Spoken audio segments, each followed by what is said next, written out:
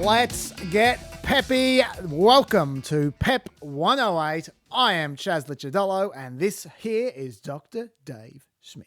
Good afternoon. What's your disclaimer, Dave? My disclaimer is that I work at the United States Studies Centre at the University of Sydney, but none of what I'm going to say are the views of the United States Studies Centre at the University of Sydney. These are my views. Another disclaimer is this year is my final PEP. It is. We have one more week of PEP after this, but it won't be with Dr. Dave. We actually got the week of 1,000 guests. Yes. Actually 3. Because Chaz is about to uncork some of the finest vintage of guests that we have ever seen. I don't want to pollute it with my goon. So next week we'll be handing over the microphone to the guests. Do you want to tell who why they not? are? Or why not? We got the. You might think she's fictional, Elle Hardy, because I've been promoting her for 2 years. I will believe it when I hear it. I'm pretty sure we got her actually in the studio to prove that she exists. Wow. Okay. And we also have, to round off, we've actually got 2 guests on the same day. We're going to have Bill and Melina for the final PEP of the year next Friday. By the way, if you like long things, which given that you're listening to this podcast, I assume that you do, Bill's ranking of every single person in the Rock and Roll Hall of Fame from best to worst is like that. If you like this, you will like that. That is like the musical equivalent of PEP. I still haven't got all the way through, but he starts at the top. So he starts with the good ones, and then his reviews just get like more and more savage as he goes down. Is this a podcast or is this? No. This is written. It's written. Okay. Yeah. This is, you've got to have a bit of an attention span to. But I highly recommend that. Well, it's in Vulture. My hope is if he's going down from best to worst, his final entry will be "It's So Cold in the D," which you introduced me to last week.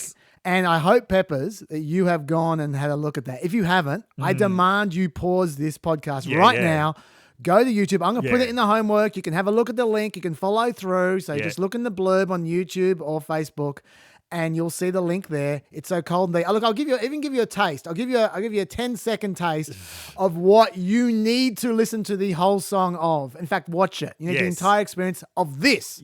We know you was right. That's why the niggas tried you. I know you're in a better place now. It's sad to see my nigga gone to that better place now. I know your moms and fam's going through something. They'll be okay. All the real niggas gone and the worms are left. So cold in the deep. How the fuck do we supposed to keep peace? What's all on the niggas' minds? Merging at one time. It's so cold in the deep. How the fuck do we supposed to keep peace? What's all on the niggas' minds? Merging at one time. My God. Just seeing it again just makes me feel warm and tingly inside. Yes, although maybe don't sing along with the lyrics in public. Okay, well, look, it's a big week for a lot of reasons. Your final PEP for the year, my third last PEP for the year.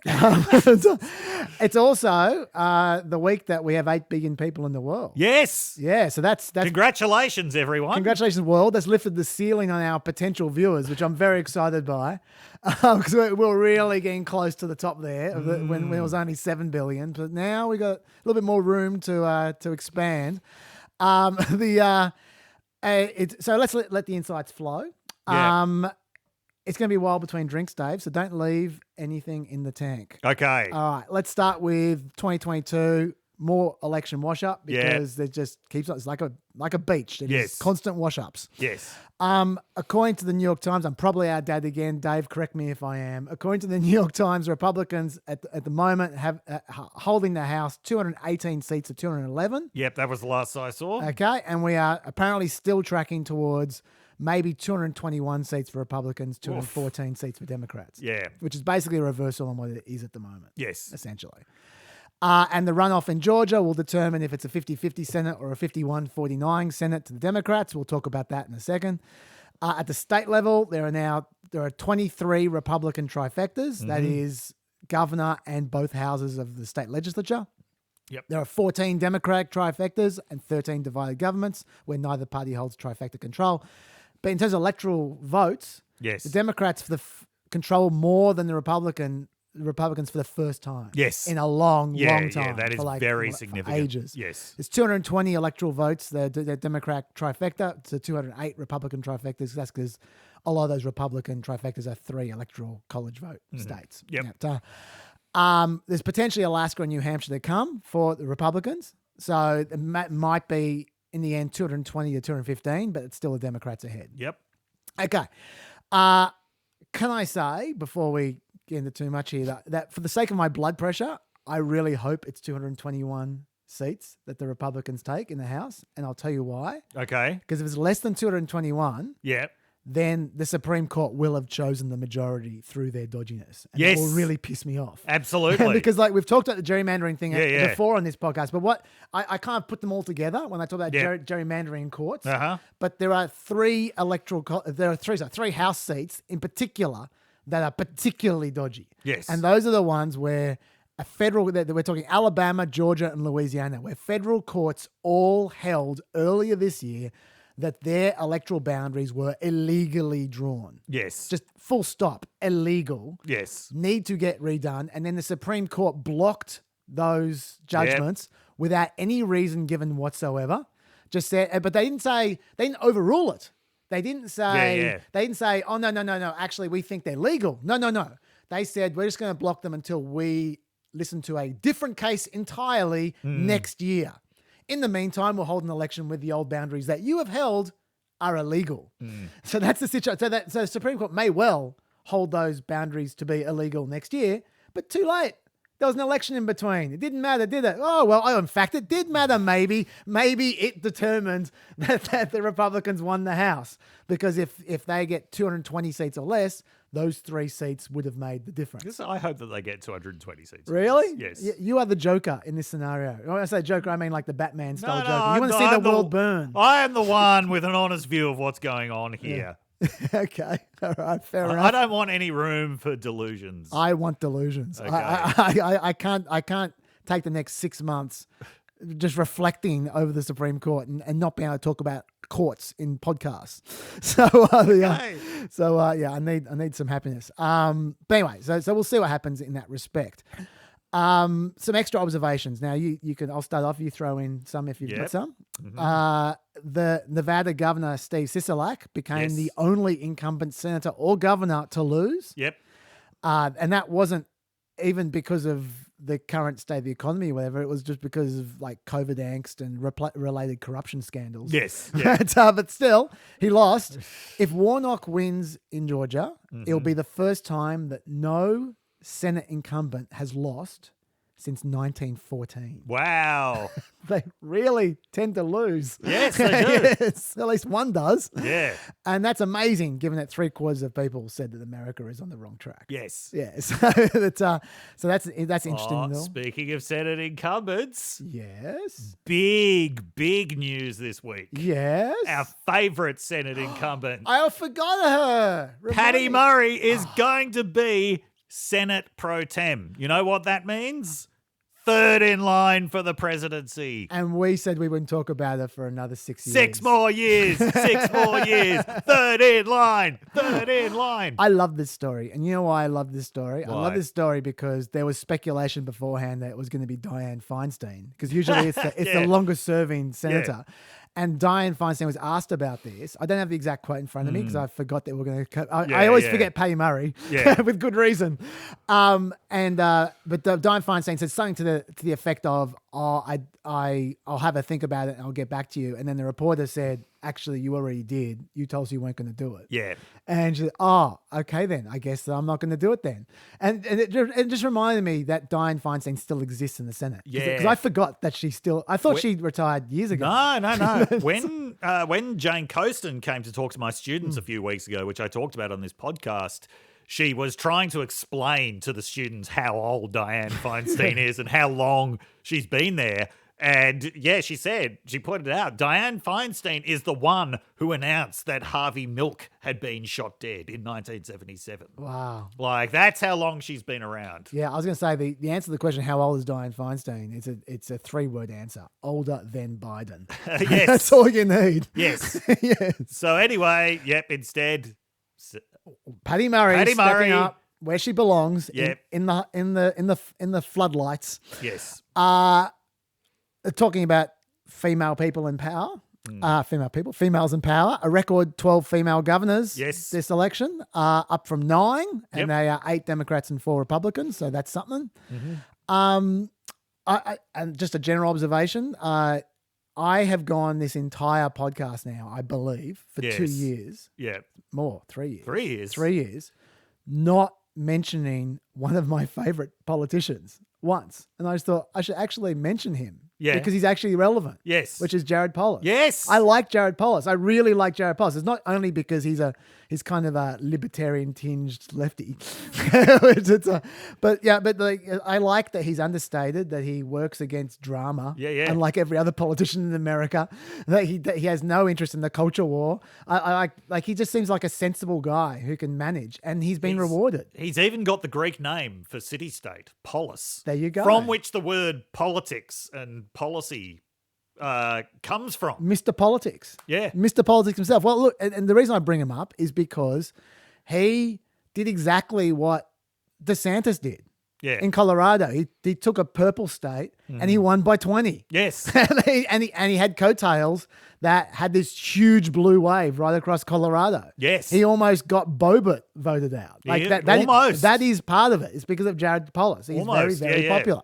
And all the things that DeSantis gets credit for, Jared Polis does in a less annoying way. Yes. Like DeSantis is running around claiming credit for the free state of Florida because of COVID.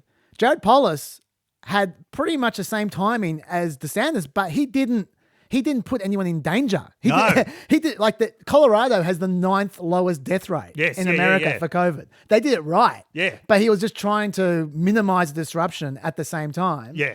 And he pulled it off. He actually pulled it off. Yeah. But he's not going around doing laps of honor like DeSantis does. No. I mean, even the Palm Beach Post has pointed out that a shocking number of old people died in Florida. Yeah, but not in Colorado. Not in Colorado. Yeah, and he never gets discussed in the context of presidential aspirations because he's a very understated kind of guy. But I reckon if DeSantis was the nominee, he'd be the perfect matchup. Like he actually can match DeSantis in most of what he does, and he's kind of the antidote. But they're not even going to consider him because he's not the culture warrior, and he doesn't get drama, and that means no one even thinks about him. Yeah, but on the other hand, we shouldn't really be thinking about Democratic candidates at the moment until Biden, falls over. Yeah, I think both you and I agree that he's probably not going to step down at this point in time. Not after those midterms, I don't. No. Also, I think that in terms of defeating Trump back in 2020,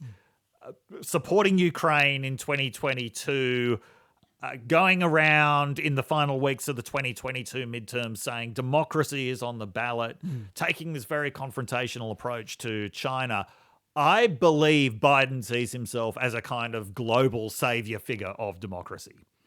Like, not a messiah, but as someone whose legacy is going to be like this man defended democracy when it mattered. I'm pretty sure that's how he sees himself. He certainly wouldn't be the first politician to have delusions of grandeur. Yeah. At this point, and, I think someone like that is just, unless he actually knows something about his health, which the rest of us don't, or the rest of us can only suspect. My guess is that he is going to run again. The fact, though, that he said that he was going to announce it early next year maybe suggests that there is a bit of room for reconsideration. Well, I just wanted to qualify what I just said about how he's. Yes. What I mean by that is I don't think he's intending to step down. No. But I think that at this point in time, I do think that if the economy takes a big turn down, that he may have no choice. But so I'm not. So just to be clear, I'm not predicting the 2024 quite yet. No. Yeah, because I say that because this week I've been doing a lot of interviews and all people want to talk about, apart from Trump, is they want a prediction about 2024. I don't know what the value of that is. Getting some rando just to make a wild prediction. That's who cares? Just wait and find out. You know what I mean? My value is to tell you what has happened and explain it. Yeah. I don't have a crystal ball. No. I just, as you would know if you followed my predictions for the midterms, which I got completely wrong, but we'll get into that in a second. Yeah. I've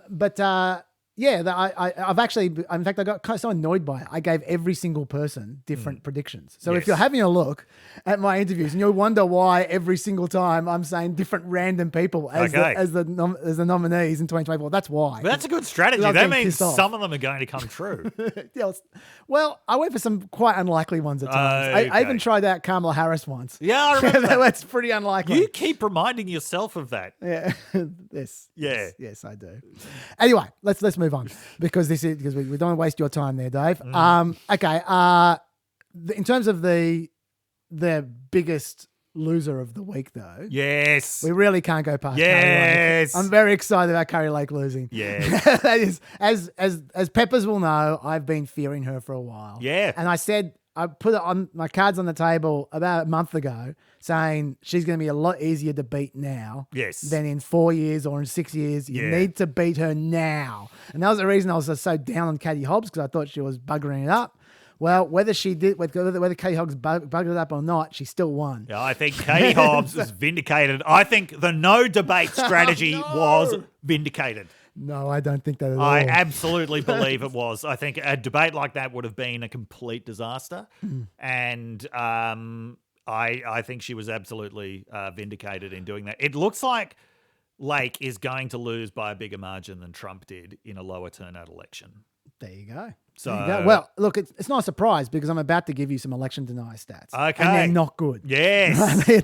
Before I do, yep. I just want to, I'm feeling a little bit of pleasure at not winning, I've got to say, but I tell you who's feeling a lot of pleasure is Liz Cheney. Yes.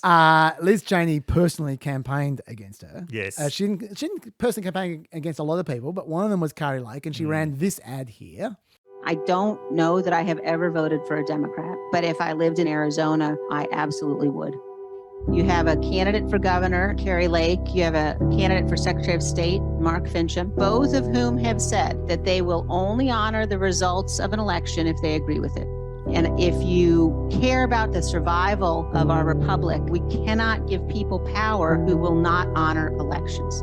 We must have elected officials who honor that responsibility. That's a typically understated ad from Liz Cheney. Not a lot of hype to that one. Yeah. But Kari Lake replied with a public letter, which you may recall. Do you recall this one? No. This is pretty classic Kari Lake.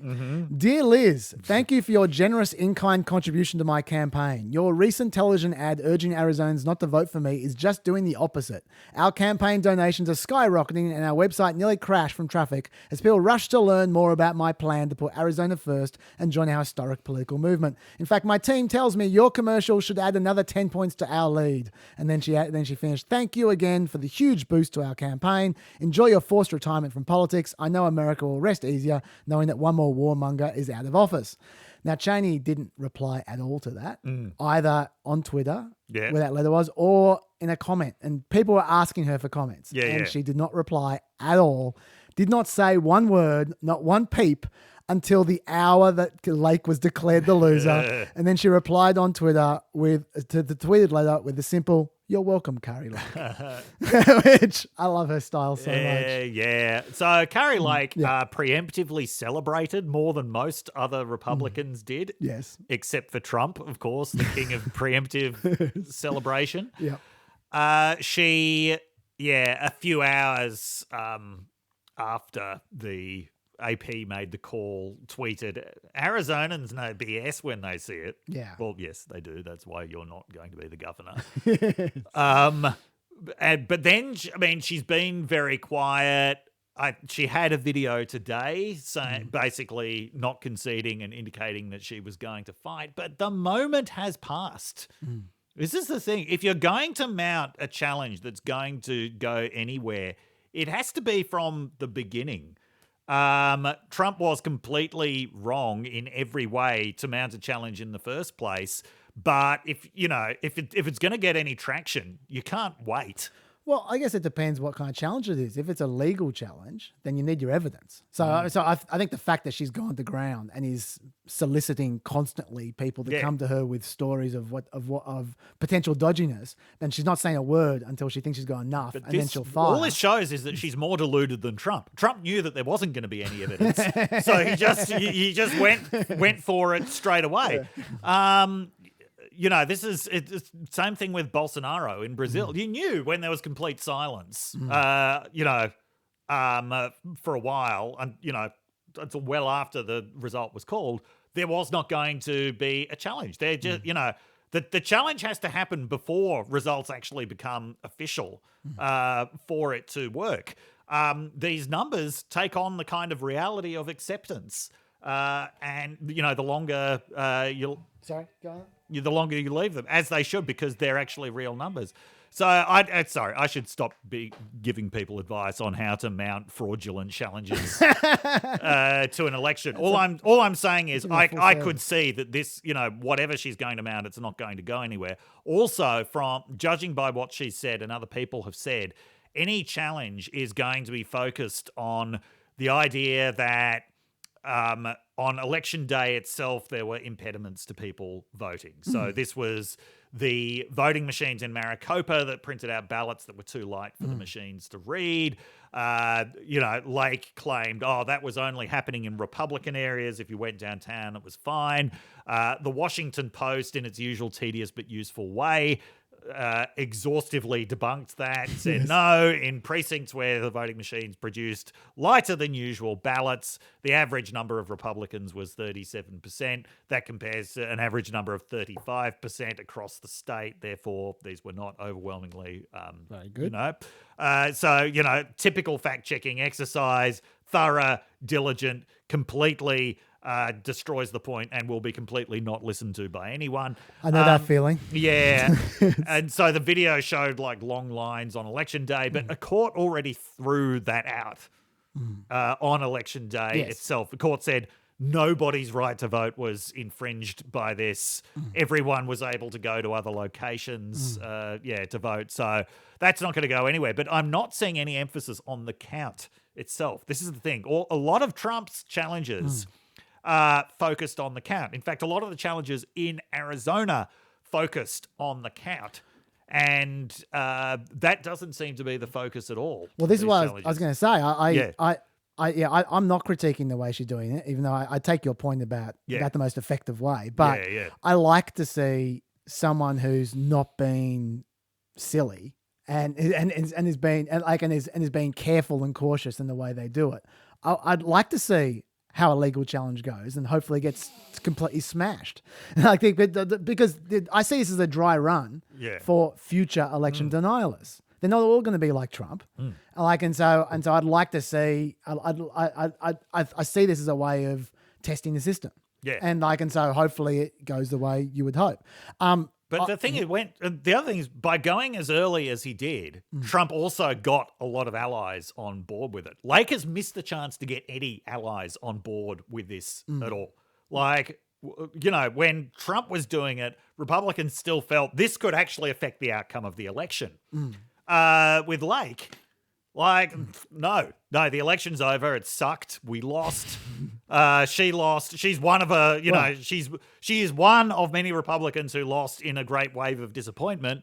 Why are we going to stick our necks out for her? You'll be pleased to hear that Mark Finchem went early. Mark Finchem, the Secretary of State candidate for the Republicans, who was also an election denialist. In fact, he's such an election denialist. He's such a conspiracy theorist that at one point in time earlier this year, he tweeted out a meme that suggested that the Clintons had Paul Walker murdered. I've never heard that one before. Whoa. that's Mark Finchem for you. Wow. But anyway, he tweeted out basically it's pretty much the same time the results were coming out. Yes. He said, I should win by 3% and Kari Lake should win by 11%. If that doesn't happen, you know the real story. You know the real story. So let's see how that goes. I was going to say, though, leaving aside her the challenge or not, or the non-challenge. And by the way, if she does go through with a challenge, I just want to put on the record right now, I support people taking advantage of their legal rights. If you think there's something dodgy with the election, going to court. I got no problem. I have no problems with Trump going to court like he did 60 times in 2020. That's fine. That's how the system's meant to work. My problem is when you don't accept the result from the court case. That's my problem. So go to court, and all the legal stuff that happened before the election, I had no problem with any of that. There were Democrats going, "Oh, they're back again." And I was like, "No, they can go to court. That's what's meant to happen. That's your right. You can go to court, but you just need to accept the outcome. That's all." Anyway, but leaving that aside, the thing which I really like about Lake losing is that she is the best case scenario for election deniers. She's a 30-year celebrity in Arizona with a personal relationship, a personal connection to basically every voter. Right, that she's established over decades. She was up against, I maintain, despite what you and everyone else probably say, that she was up against a weak candidate. She had lots of money. If she wasn't winning, none of the rest of them are, because the rest of them are significantly more clownish than she is. She has a mean streak, but the rest are way worse. And so if she isn't winning, that's a good sign to Republicans. Drop this shit. It's not going to work. So I was really happy about that. The one thing which I'd say, which is odd, and I have no explanation for this, this might be because of her celebrity. She did really well with the Latino vote. Blake Masters lost the Latino vote in Arizona by 18 points. Mark Fincham lost the Latino vote in Arizona by 16 points. Lake nearly tied it. She lost it by 4 points. The reason why she lost was because she only carried white voters 50 to 49. Right. In particular, and Republicans usually do a lot better with white voters. In particular, she trailed on white voters with a college degree by 17 points. What a surprise. Yeah, and you can see how that would have worked. But that was just an interesting observation. And she ran 6 points behind the House Republicans in Arizona, which once again is a great lesson. Election denialism does not work. In fact, Kimberly Yee, who ran for treasurer. First result that was called in Arizona. She by days. She actually got more raw votes than any of the other statewide Republicans, including Kari Lake, which they saw as an indication there was some kind of conspiracy and fraud, whereas I saw as proof that denialism doesn't work, because Kimberly Yee was the only one who wasn't an obvious, well-known denialist. So hopefully there's a lesson learnt there. I've got no idea. But do you have anything else to say about Kari Lake? No? Okay, let's move on. Let's go into those numbers I just showed before about denialists, because for me that this is shaping up to be the big lesson of this election, which is great, because I was hoping this would be the big lesson of this election. 36 out of 46 election deniers in competitive races lost or are losing. Right. Okay, so it's 36 out of 46. If we focus on the people who really count, which are governors and secretaries of state and attorney generals, in terms of for running future elections, I'm talking about. According to the States United Democracy Center, in 36 races for governor, 0 non-incumbent election deniers have won. 7 incumbents have won in deep red states. Doesn't matter what they do. Doesn't matter. They're deep red states. In 31 state races for attorney general so far, 2 non-incumbent election deniers have won. In all the races for secretary of state across the country, every single one of them so far, only 4 election deniers have won, full stop, including in red states. Those were Indiana, Alabama, South Dakota, and Wyoming. And the Wyoming guy was uncontested. Now, I'm not sure any of those are going to be massive players in 2024. No. By contrast, all the purple states was an absolute clean sweep, gone. Every single one of them. And this is the big one here. According to the Cook Political Report, MAGA Republicans underperformed other Republicans by 4.9 points in all House seats. But in competitive House seats, they underperformed by 6.6 points. So the more competitive the race, the worse it is to be a MAGA Republican. When we say MAGA Republican, I think you'll find there's significant overlap on those Venn diagrams with election denial. Yes, absolutely. And so for me, I don't think it is about MAGA. I think it's about election denial, personally. I mean, I know I'm putting my own spin on it there. But that's what I'm finding from this. The question, I guess, is does it affect other races? Now, I would say the data's still being collected. But all I would say is that the partisan share of the vote in a state. So I saw a graph of the partisan share of the vote in a state compared to that state's partisan share of the vote in 2020. Okay, so we're comparing partisan shares between 2022 and 2020. The Democratic share of the vote has dropped about 3 points across the board since 2020. Okay, but that swing is not evenly spread. No. Let me tell you the states where the Democratic share of the House vote. So the House vote now, I'm not talking about the election the House vote has gone up since 2020. Okay, this is where Democrats are actually doing better as partisan share since 2020, even though across the board they're going down by 3 points. Yes. Hawaii is number one. I have no explanation for that. I don't know why. I'm not going to pretend I have an explanation. I could have just ignored them, but I won't. I'm being honest. Hawaii. No, that's right. That's up there. But then, yes, Arizona, number two. Yep.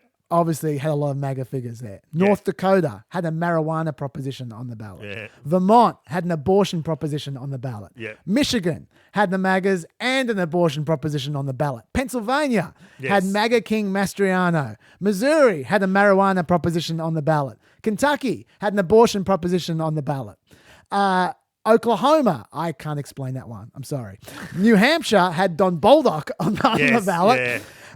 Ohio had J.D. Vance and Georgia had Herschel Walker. Those are the entire list of states where the Democrats did better than they did in 2020. Now, it's not a 100% correlation, but it's a strong enough correlation for me to go, you know what? I think those people affected the vote across the board. Yes. And so that is an interest. Now, we'll see as more information comes in, but just I'll throw that out there. So basically states where there were marijuana propositions, states where there were abortion propositions, and state where there were MAGA types, election deniers, Democrats went better. Yeah. The interesting thing about this is there's actually a trend where there was a broad shift to Republicans, as there should have been as you would expect. As you would expect in the first midterms for a Democratic president, and not a great economy. But those broad shifts were most obvious in non-competitive districts. Yes. David Shaw, who you'll be familiar with from this podcast, is a left-wing number cruncher. Yep. A non-woke the left-wing number cruncher. Well, it's not necessarily non-woke. He just says that Democrats shouldn't ever talk about it, ever. Yeah, that's right. His big thing is that Democrats are being hurt by the media constantly talking about their woke positions. Yes. And David Shaw helps them to fix that by constantly talking to the media about the problem of the Democrats' woke positions. That's a fair critique. Yes. in districts that the Cook Political Report rated as likely or solid or safe for the Democratic incumbent, Democrats' share of the vote declined by 2.5 points relative to 2020. In districts that were rated as toss-ups or lean Democratic, however, the Democrats' vote share went down by only 0.4% compared to 2020. So it's spread unevenly in that respect as well. Yep. So yes, Republicans did win more of the black vote and the Latino vote. They won more of it in safe districts, both safe Democrat districts and safe Republican districts. Yes. And by the way, there's another theory emerging around that, which is that traditional Republican economics is being so downplayed now that basically they're making inroads with more traditionally left-wing constituents, at least economically left-wing constituents. This is, as I've said before, like the Latino vote just seems to be, in some senses, reverting to its historical norm for Republicans. Maybe getting towards the higher end of the historical norm, but still, there's a lot of Latinos there for the taking. But there's certainly a huge slice of both the black and the Latino vote, which is socially conservative but economically left-leaning. Some Republicans, some conservatives, we mentioned our friend Shara Bamari a couple of weeks ago, Social Democrat, really seem to be on the cusp of embracing like far more kind of at the very least, orthodox Keynesian economics or, populist economics that sort of look left-wing, which I think is one of the things that's helping them make inroads into this group. Having said that, I think that the gains that they're making in these groups are, first of all, overstated, and second, it needs to be qualified that it's usually male gains in these groups that they're making. Yeah. And that is sort of part of the story with the way that the Republican Party is going at the moment. It is becoming a lot more sort of male oriented. And at the moment, so far, the result has been net losses from women voters. Well, the interesting thing about this is that it's kind of creating wasted votes for them. Yeah. Like which you associate with Democrats. Yes, generally, because the Democrats gather geographically in the urban centers. It's starting to cut the other way. Yeah. And it actually occurred to me, I didn't say this on air on Planet America because I thought it was a little bit irresponsible to speculate like this, but I'll do it in the podcast. Yes, yeah. It occurred to me that Republicans have kind of gerrymandered themselves by stacking their competitive states and districts with these dodgy types. Yes. Right? And I thought to myself, why are they doing that? And I thought, they're probably doing it.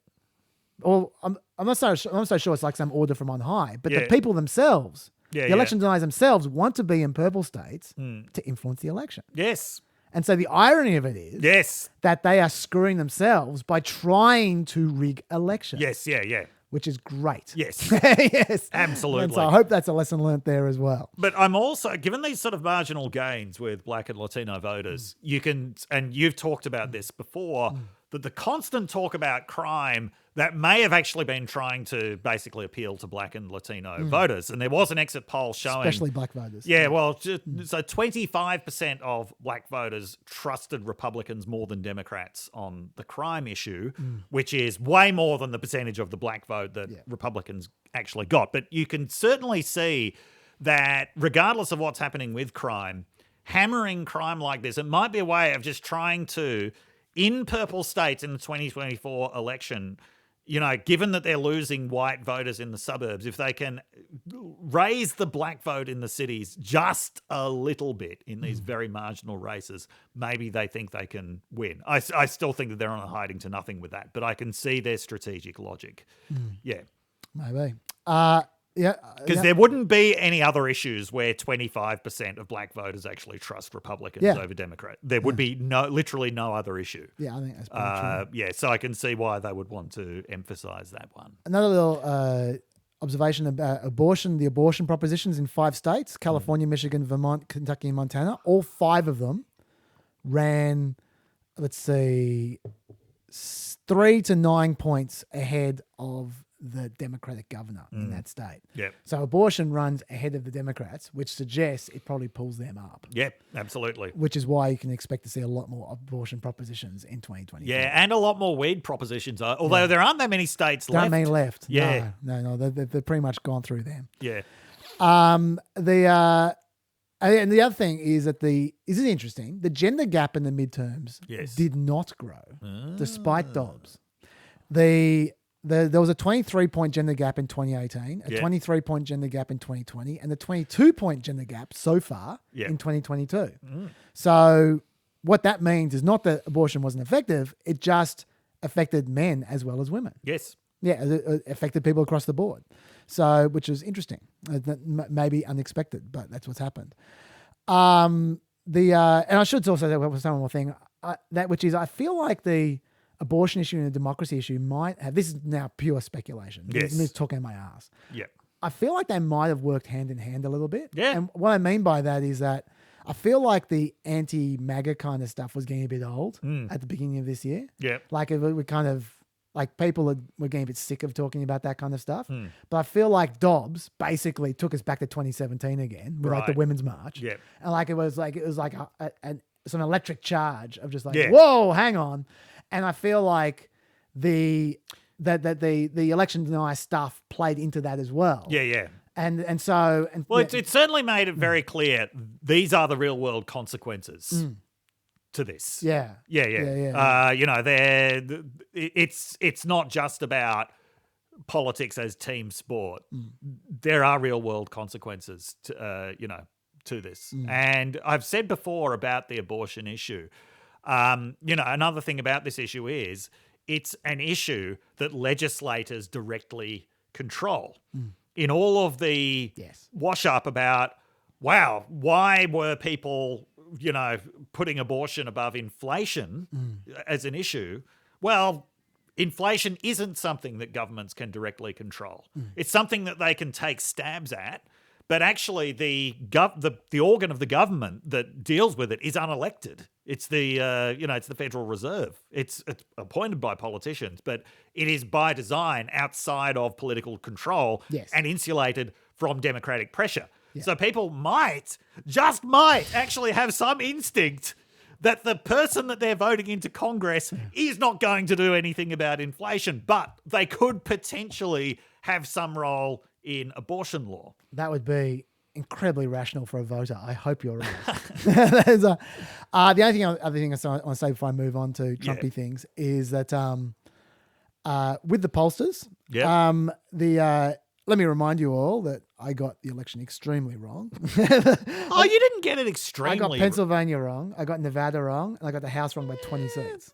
So, okay, you did get it. And the reason I got it wrong, I'm not blaming anyone. These are my own calls. Yeah. But I relied on polling. And that's why I've got every election wrong, and that's why I don't even make predictions anymore. Yeah, I'm not saying just my picks were just straight from polls, but I took them into consideration, right? And I was relying on polling averages. Yes. And we have discussed how the polling averages were influenced by some very, very, very, very way off. Yes. Partisan pollsters. Mischievous partisan pollsters. Well, this is the thing. I'm bringing this up because there is a guy who I haven't mentioned yet, even though I've spoken about his theories without mentioning him. His name is Simon Rosenberg, who is a bit of a Democrat kind of election dude, and the sort of poll analyst. Yeah.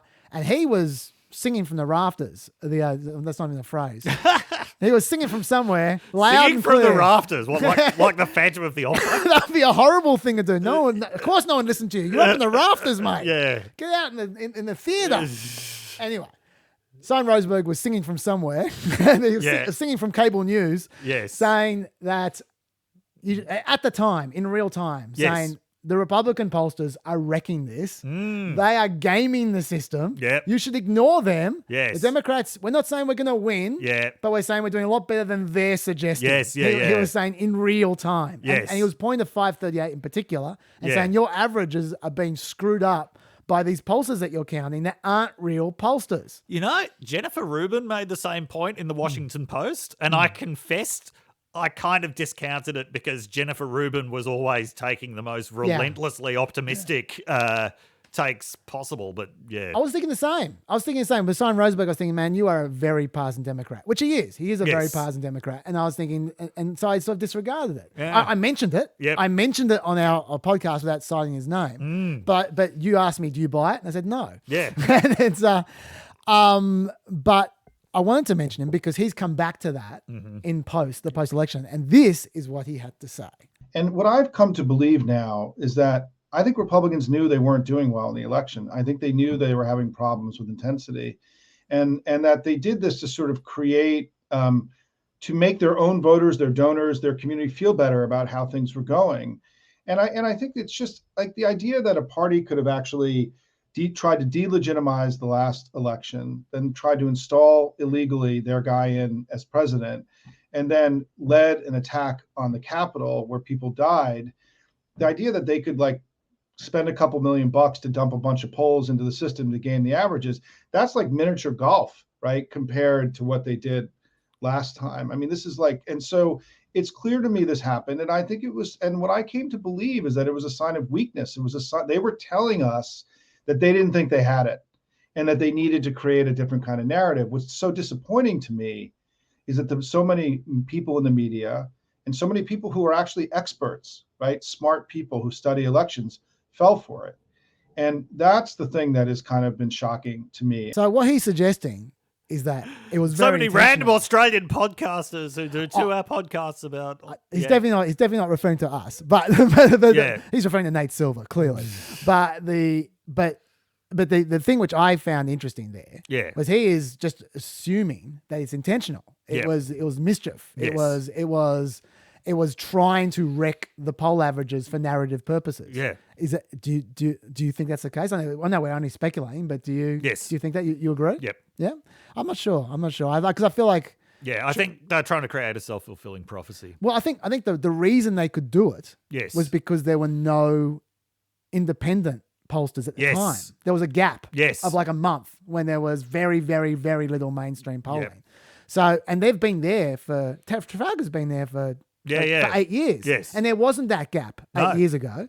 So I don't think, so it would have been a forlorn effort if they were trying to be mischievous 8 years ago. Yes. So unless they were playing a real long game, then I'm not sure that's the case. I think that they might just be wrong. I think they might be wishful thinkers.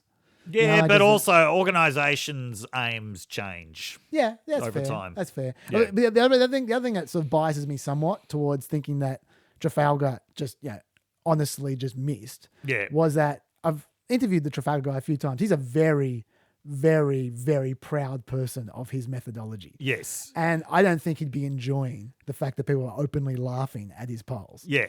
Which they are. Like it's become a joke. Is he the one with the very strange appearance? Yeah. He's one with the bow tie and the little Nazi moustache. Yes. Yeah. That's the one. Oh, yeah. Yeah. But anyway, look, I might be wrong. I don't know. But what I do think is that I did want to just, first of all, just note Simon Rosenberg because, when someone does well, in a particular we give election, them credit on PEP. and also you note them the next time around. Yes. Right. And secondly, the other thing which he did, which I think is less controversial, is him and his fellow pollster Bonya, they were also singing from wherever they sing. They were singing about early voting and saying, look, early voting is not a poll.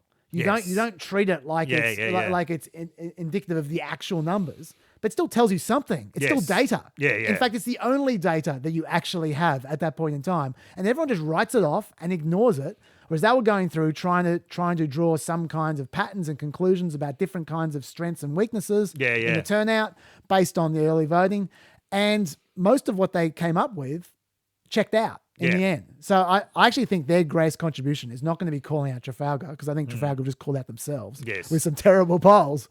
Their contribution is, I think, next time around in 2024, people are going to pay more attention to early voting. Yeah. And I think that I just want to put that down now, because I also wrote off early voting, and I think I'm feeling pretty wrong about that in hindsight. So anyway, so there we go. Let's move on to Trumpy stuff, because that's the rest of this week. Where do you want to start? Do you want to start with Trump trying to shirk responsibility for the 2022 result, or Trump announcing, or Trump versus DeSantis? They're the three Trumpy areas. Well, first of all, this sort of shirking responsibility, his initial reaction was to say that the results were great. Yes. At least for him. Yes. And it did remind me of 2018, where he declared on election night that this was a nearly total victory. Now, 2018, let me remind you, was a disaster for Republicans, albeit had some good headline results early in the night for Republicans. You may remember, so DeSantis won in Florida, Rick Scott won in Florida. Those were both things that the Democrats had been hoping to pick up. The other Senate seat was that Republicans picked up was somewhere in the East as well.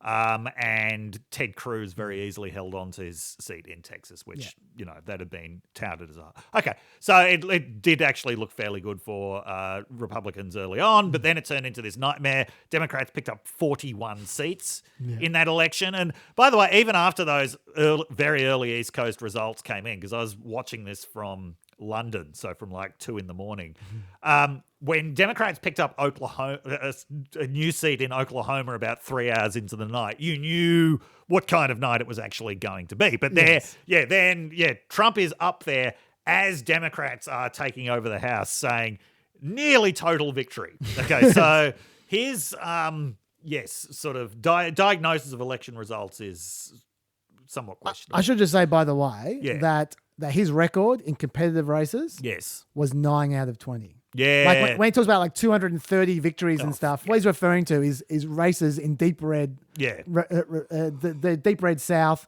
Often a number of his races had no competition whatsoever. They were running unopposed, etc. So 9 out of 20 is his actual. Yes. Is his actual track record. Anyway, go on. Look, I don't want to give any attention to all of the reporting that was coming out about him blaming Melania. We can discount that. I'm sick of that court reporting shit. Yeah. But no, let's move on to his announcement. Okay, let's do that. Though. So this announcement, it was obviously planned to be. Actually, sorry, no, before you do. Yes. I had this whole section on this, which I'm happy to skip past. But I just want to make one point because I haven't made it anywhere else. I think it's a good point. Okay, make it. And that is, I think the biggest problem with Trump and the Trump candidates. Yes. And we've talked about this before. I've talked about it on Play America heaps if you want to go and have a look there. Yep. Is not the short term. It's not the midterms of 2022. No. The problem is the long term because the way this tends to work, if you look at the Democrats, the reason why Joe Biden is president and not some charismatic Obama 50-something.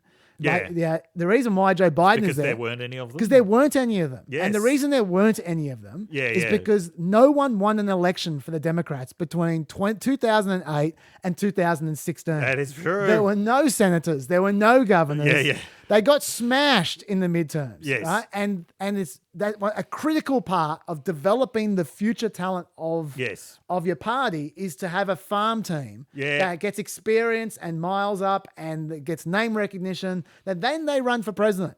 So when there was no one coming through underneath Obama because no one won their Senate races or governor's races, come the 2020 primaries, you've got the bloody mayor of some Indiana town as a legitimate threat. Yes. And these boring senators you've never seen before. That town has a name, Chaz. It's called South Bend. Yes. And all these senators who you'd never seen before in your life suddenly step up because there's no one else. Ladies and gentlemen, Michael Bennett. Exactly. And so it's a critical part of the future of your party, developing a farm team. Now, what Trump has done by going around demanding that everyone just paid tribute to him, even when it's electoral suicide and kind of demeaning, he's basically caused the Republican farm team that they raised in 2012 and 2010 and 2014 and 2016 to all commit suicide, electoral suicide. Yeah. Like Ben Sass, gone. Cory Gardner, gone. Doug Ducey, gone. Chris Sununu would have been perfect to run for Santa in New Hampshire instead of Bolduc. Yes, yeah. No way. Yeah. Now, like anyone who's smart, who has any talent in the Republican Party goes, you know what? I'm not going to eat shit for Trump. And if I'm not going to do that, I'm not going to win. Yeah. So I won't bother. Yes. If they select themselves as being the kind of people you would want to run by choosing not to run and by going and doing something else because they've got other options because they're not hopeless. Yeah. And the people who are left are the people who are no hopers who have nothing else to do but eat shit. Yeah. And they're not the ones you want. Yes. And so the problem is not 2022. The problem is 2028. That is a very good point. Like they're going to wonder where, if DeSantis doesn't work out for them, they're going to wonder where the next person is. Because he's the only one that has survived this process of having any kind of talent and not being smashed by Trump. Yeah, well, I mean, Tim Scott as well. Well, yeah, that's true. That's true. Well, let's see when he resigns. I'm very worried if he gets into the race that he's going to get shredded by the MAGA machine. Yeah, he's a 0% at the moment, even though he would easily be their best general election candidate. I absolutely agree. I completely. He's a very conservative guy, by the way. Yeah. But he's just not an idiot. I completely agree. Anyway, okay, so Dave, go on to the Trump announcement. So obviously this was planned after he was allegedly talked down from announcing on election eve. But so it was planned so that he would be able to take credit for the red wave and use that as a launch pad. And if that had been the case, he would have been expecting to get huge amounts of Republicans instantly on side, clear the field, deter DeSantis from getting involved at all. Anyone else who gets in, he can deal with, pretty easily, Pence or Pompeo or whatever. But it has not worked out like that. And instead, what we've got is a spectacle that does make me wonder whether we're actually still in an inflection point where Republicans are wondering, actually, how many of us are there and how many of them are there? It's that dangerous point for any authoritarian regime when the illusion of unanimity starts to collapse and people start asking, how many people out there actually agree with me? Right? It's a dangerous point. There was only one member of Congress with Trump at Mar-a-Lago when he made his announcement. That was Madison Cawthorn. Yes. Yeah. Even Matt Gaetz claimed he couldn't make it because of the weather. I want to put that in context, the Matt Gaetz thing. Yes. Because I don't think people realize just how much of a suck-up to Trump Matt Gaetz is. Yes. This was Matt Gaetz the week before the election. So it is closing time in these midterm elections. The fight is on, and there is no closer in American politics like Big Daddy Don. I never want to hear the phrase Big Daddy Don again. Big Daddy Don. Sorry, Dave, I just said it again. And then, Yep. on the night Yes. of the election, and let me just emphasize, this was early on in the night of the election. Matt Gaetz then tweeted out this: to all the press texting and calling me, Trump should announce tonight his candidates won the primaries. Biden's central message was the ultra MAGA scare, and we are going to win bigly. Trump deserves all the credit for this wave election, and announcing tonight he will seize it. I agree with every word that Matt Gaetz said, apart from the stuff that's obviously wrong. And then a week later, he is not turning up to the launch because of the weather, when there was no bad weather. There was no bad weather at all. Yeah, you could lose your daughter. I mean, he lost his daughter. I mean, we should mention that as well. The fact it's not a great look when Ivanka, on the night, puts out a statement saying, I love my father very much. This time around, I'm choosing to prioritize my young children and the private life we are creating as a family. I do not plan to be involved in politics. Now, look, I can believe that. But the fact she released that on the night tells me there's something else going on there. Yeah. So no, not a great look at all. Yeah, so you can lose your daughter, but there's only one Matt Gaetz. There's daughters everywhere.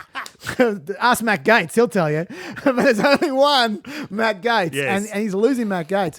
The other thing I'd say before you go on is that on that topic, is that we are seeing something new, which is we're seeing anonymous people not being anonymous. Yep. And that's a first. Yes. There have been a lot of anonymous takes on Donald Trump over the journey. Yes. But let's see what we got here. We got Cynthia Loomis from Wyoming. Mm-hmm. She's a senator, and she said, sorry, where is it? I'm gonna have to search. Sorry. There we are. She said, when she was asked if she endorsed Trump as the leader, I don't think that's the right question. The question is, who is the current leader of the Republican Party? Oh, I know who it is. Ron DeSantis. Ron DeSantis is the leader of the Republican Party, whether he wants to be or not. And then Mo Brooks, who used to be a massive suck-up for Donald Trump, said it would be a bad mistake for the Republicans to have Donald Trump as their nominee in 2024. Donald Trump has proven himself to be dishonest, disloyal, incompetent, crude, and a lot of other things that alienate so many independents and Republicans. That's new. Yes. That is new. Go on. So another thing about the timing before we get back to the announcement itself is it's been very widely pointed out. In fact, this seems to be the main explanation that a lot of sections of the media are going with for why he announced so early is it's to shelter himself from prosecution. Yes. Now, this makes a lot of sense. Even though the investigations themselves are so far along that they're not going to stop, we do know that the bar is different around actually charging someone. It means it's going to be much, much harder to find impartial juries. Yep. Judges are going to be much more reluctant to hand down sentences. All of this makes... It builds pressure. Yeah. It makes you seem like all of this political makes hack. total sense. Yeah. Although, I'm going to suggest it wouldn't matter if there were no criminal investigations at all. I reckon he would have gone as early as possible because running for president is now so central to his business model. It is so central to his persona. Even without the criminal investigations, there was nothing else he was going to do. Well, do you remember when he ran for re-election?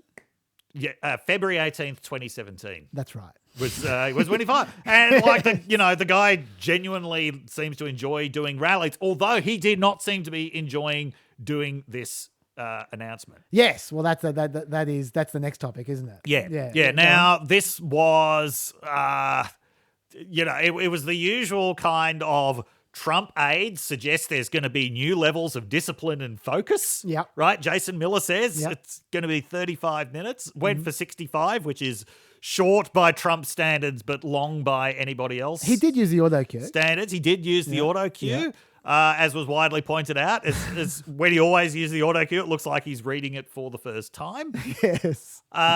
He didn't mention the election being stolen from him. He sort of alluded to potentially some China theory. But, But he didn't go too deep into it. So it was like watching an old band playing its greatest hits, but for some reason they've lost the rights to their best known song. Yeah. That's what it was like. And the reaction from the audience, and this is a bunch of people who were paying to be in Mar-a-Lago. Even they seemed bored by the end of it. Even Fox wasn't carrying it live. By the end of it. The people who seemed to be taking it most seriously were the extremely earnest New York Times fact checkers who were, say, Trump said that he went decades without war. He was only there for 4 years. Oh, by the way, how do you reconcile that, sir? And by the way, I just want to play that grab because if you're going to take multiple pot shots at Joe Biden for losing it, you need to do a lot better with reading your auto cue than this. My opponents made me out to be a warmonger and just a terrible person who would immediately go into war. They said during the 2016 campaign that if he becomes president, there will never be a war within weeks, and we will have wars like you've never seen before. It will happen immediately, and yet I've gone decades without a war, the first president to do it for that long a period. Look, I'm not saying that the fact checkers are wrong in pointing out that 4 years is less than decades, but who is it even for?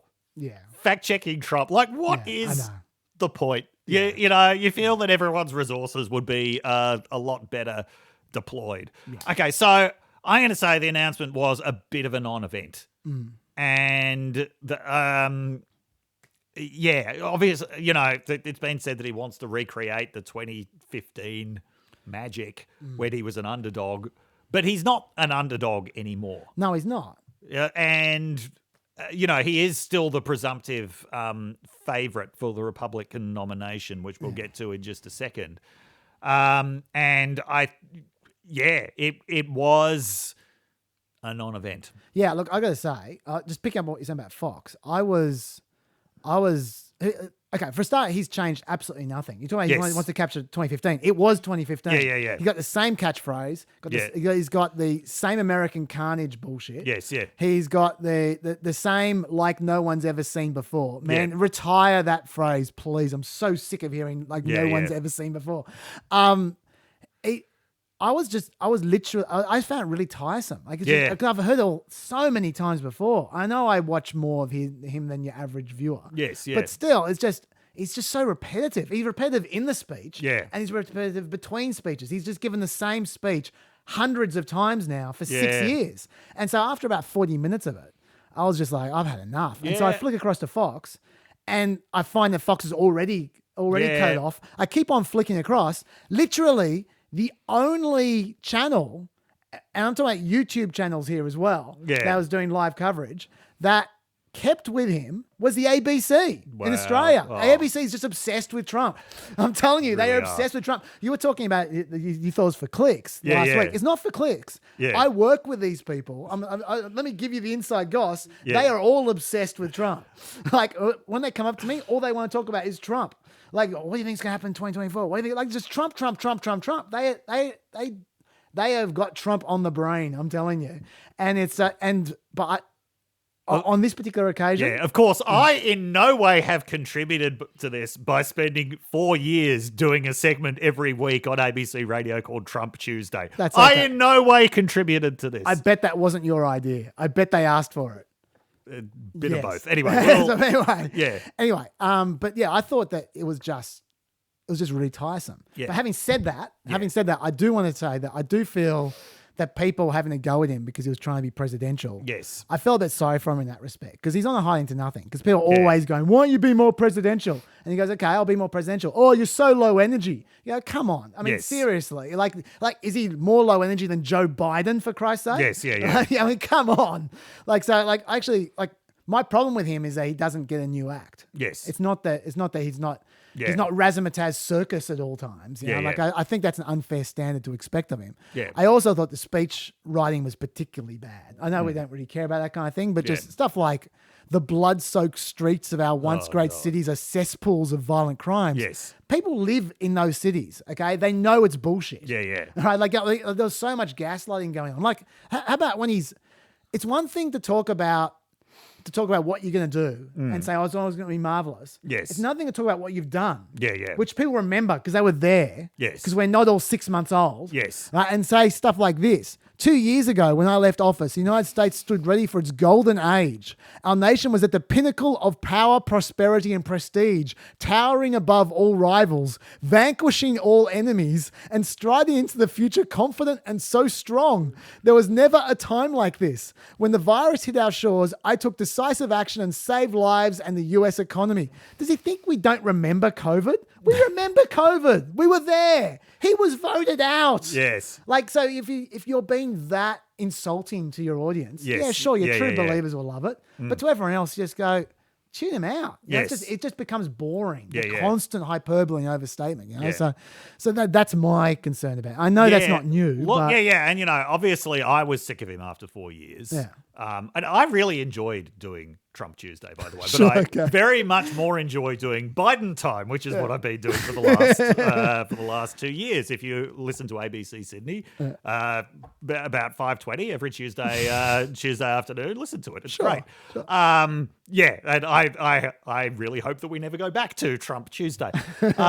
But yeah, it does seem that other people are getting sick of him now. And the obviously the fatal blow would actually be if his fans get tired of the act. of course. And, a big part of Trump is that he turned a boring TV show into an entertaining one.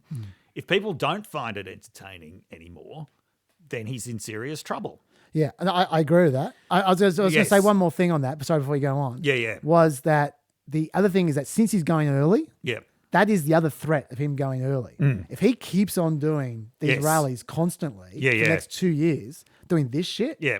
then I think he's going to get boring to a lot of people. Yeah. Like if he left it, if he went away for 6 months and then came back doing the same thing, he might get away with it. Yes. But the fact is if he does it for 18 straight months, Yes. it will get tedious. Yeah, it will. So I think that's a threat. Anyway, Yes. go on. Okay, so shall we talk about Trump versus DeSantis then? Yes, but just before we do, I want to Yes. say one more thing about what Trump's facing before we throw DeSantis into the picture. Yep. Which is Murdoch.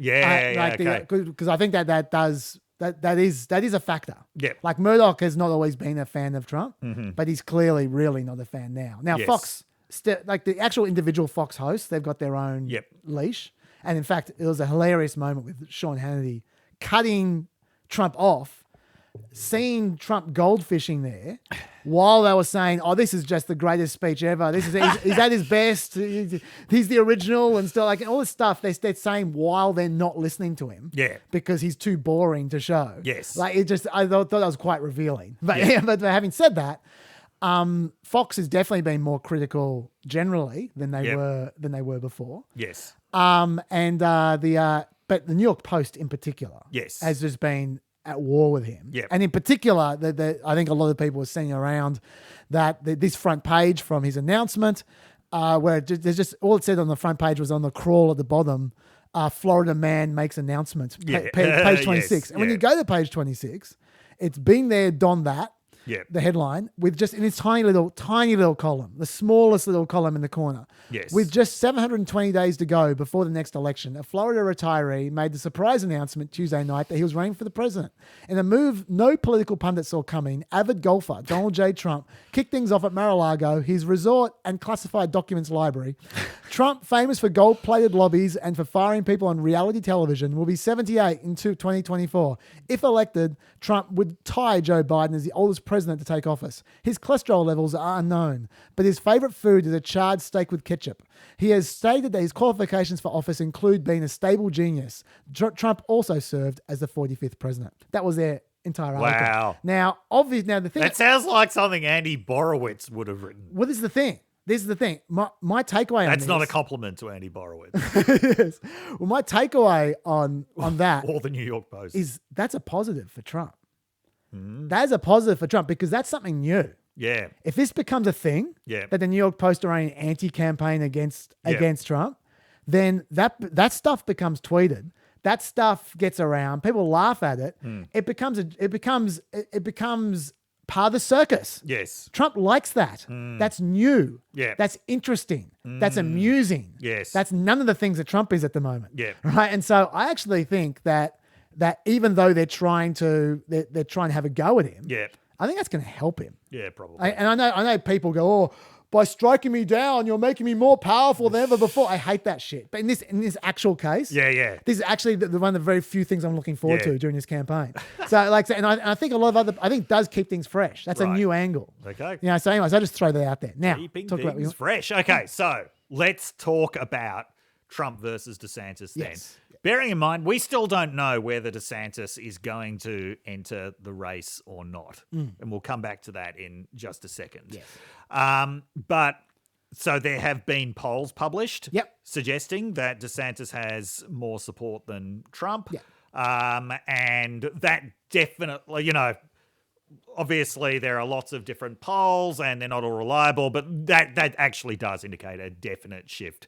Compared to last year, when any poll that compared Trump to others, Trump would be winning by 50 points. We're talking like 15, 20-point swings in the last 2 weeks. Yes. I haven't cited them because I think a poll this far out, I don't care about the numbers, but yes, there's been big changes in the last 2 weeks. Now, I think that the Murdochs of the world are actually significantly overestimating the broadness of DeSantis's appeal. Okay, now, yes, he won Florida by 20 points. A lot of governors had very big wins. Jared Polis. Jared Polis. Mike DeWine in Ohio won by 26 points. No one's suggesting that he should be the next, president of the United States. Chris Sununu. Yeah, Chris Sununu. Yep.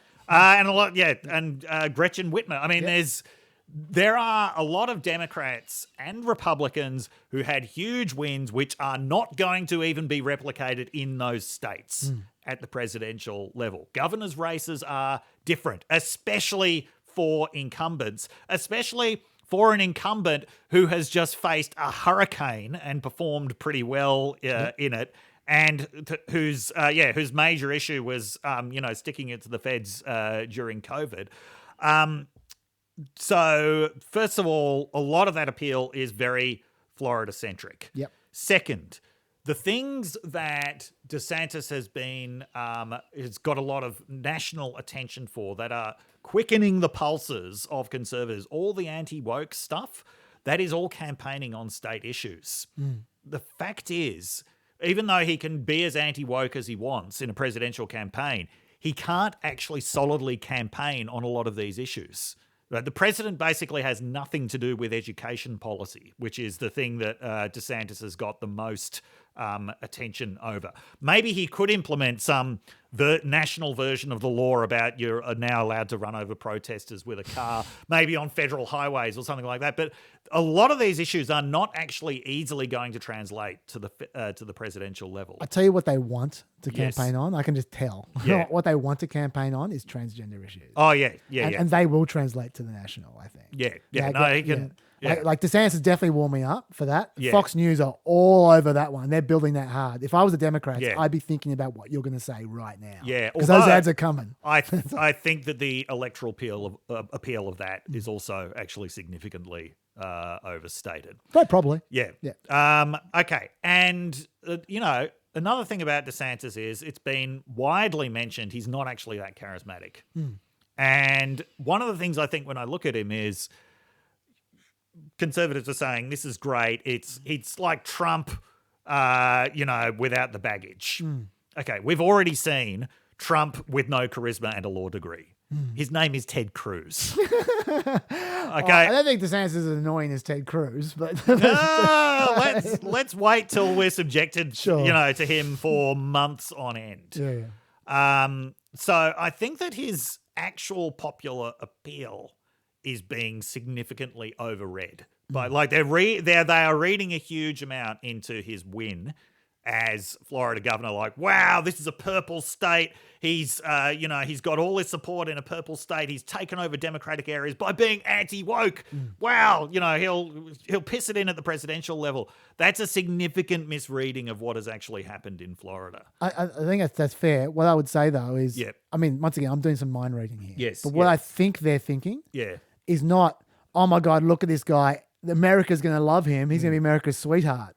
I think what they're thinking is, oh my God, here's someone who can beat Trump. Yes. Like they're thinking about the Republican primary. Yeah. They're not thinking about the general election. Yes. Because I think those people, the Murdoch types, have been desperate to get rid of Trump for a very long time. But they just haven't seen the opportunity. Some people are absolutely sick of having to defend him. Yeah. They would much prefer to and I think they think, I think rightfully, they think that DeSantis does quicken the hearts of Republicans. Yes, And they can say, this might be the guy who can take Donald Trump's base from Donald Trump. Well, this is the next thing that I want to talk about is they are actually appealing to different parts of the conservative coalition. They are. They really are. DeSantis is your classic conservatism of power, right? He's like, look what we have managed to use state power to do in Florida. We have beaten back these barbaric forces threatening our whole social world.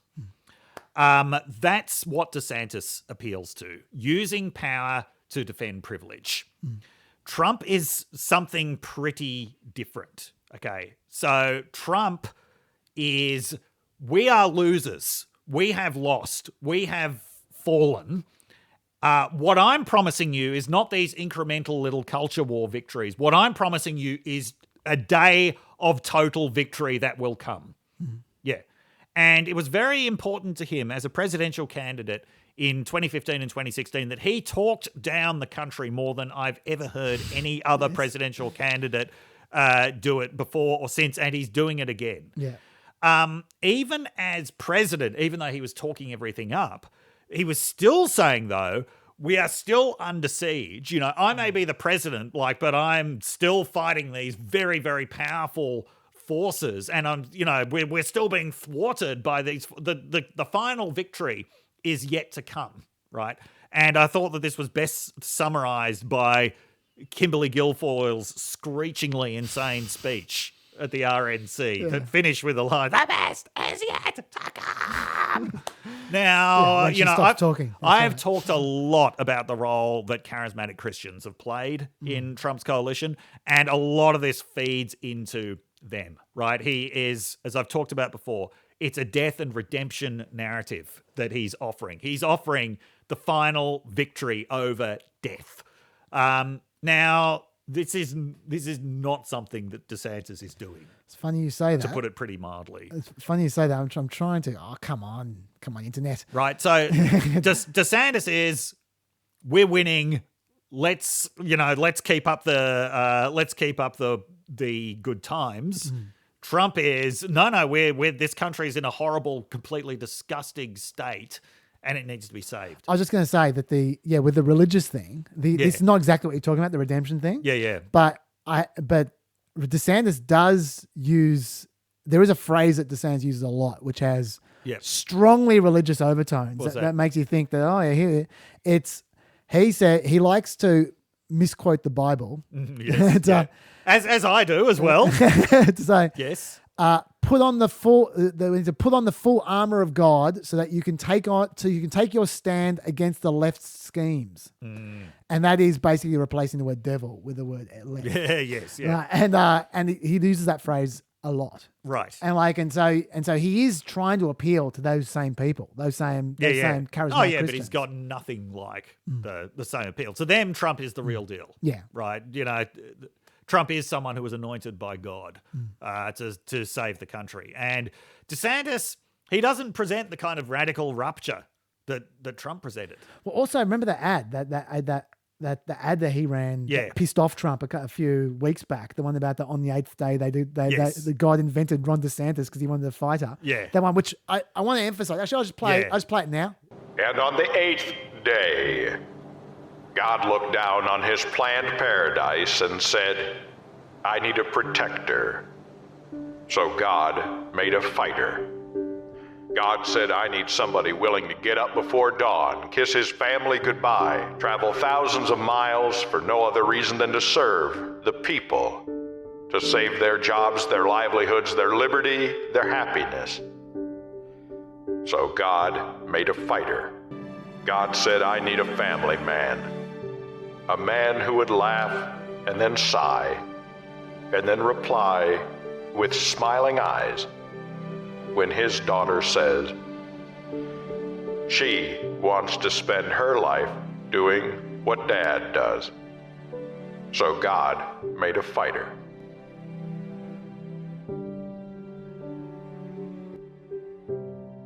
And before we talk about it, I just wanted to emphasize, because no one ever does this. Yes. When you see the ad, you think, oh my God, he's a creepy megalomaniac. Yeah. That is a reference to a famous Super Bowl ad, okay? Yes. And this is the famous Super Bowl ad. And on the 8th day,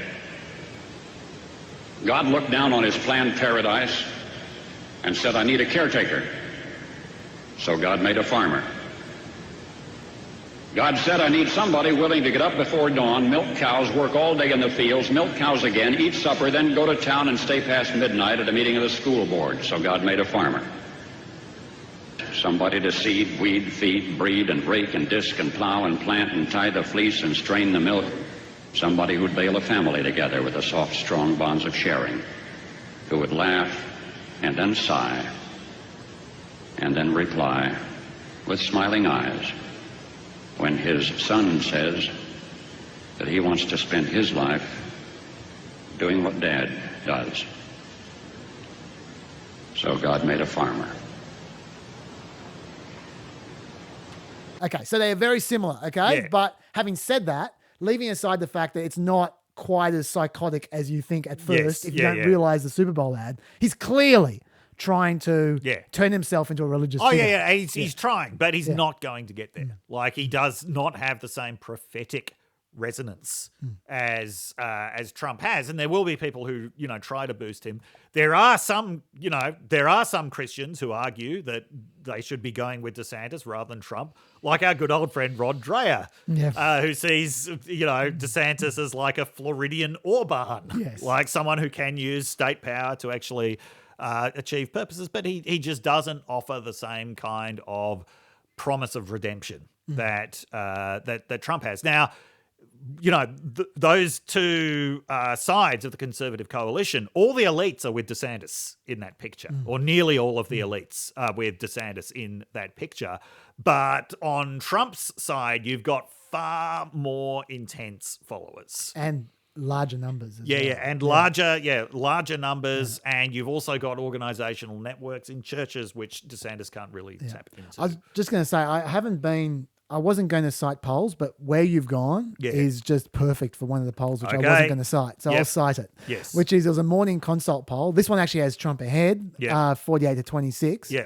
But DeSantis has gone up a lot since the last time they did it a few weeks earlier. Yeah. But that's not what I'm citing. What I'm citing is the demographic breakdown of their support. Yes.